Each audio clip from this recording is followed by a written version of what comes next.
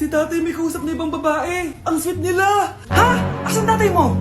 Nandun po siya, Nay. Oo, sige, kita tayo mamaya. Hoy, sino kausap mo?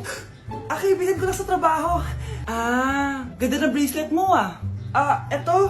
Binigyan lang ng kaibigan ko. Okay. Hello? Nandyan ka pa? Di pa rin kita mas mag-usap? Sandali na lang to, darling. Umamin ka sa akin. May kabit ka, no? Ako may kabit? Nagpapatawa ka ba? Siguraduhin mo lang. A few moments later. Uy, Mare! Uy, anong balita? Tignan mo yung bracelet na binigay sa akin ng boyfriend ko. Wow, ganda! Ganda, di ba? Sabi niya mahal daw to. Hello po, ma'am? Hinahanap po kasi namin yung nagnakaw ng bracelet. Ganito po yung itsura niya. Mare, sabihin mo lang ka nakita. Sige. Sir? Sila po yung nagnakaw.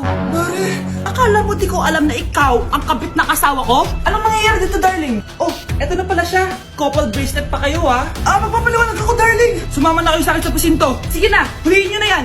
Darling, magpapaliwanag ako. Darling! Walang iya ka! Magbabayad ka!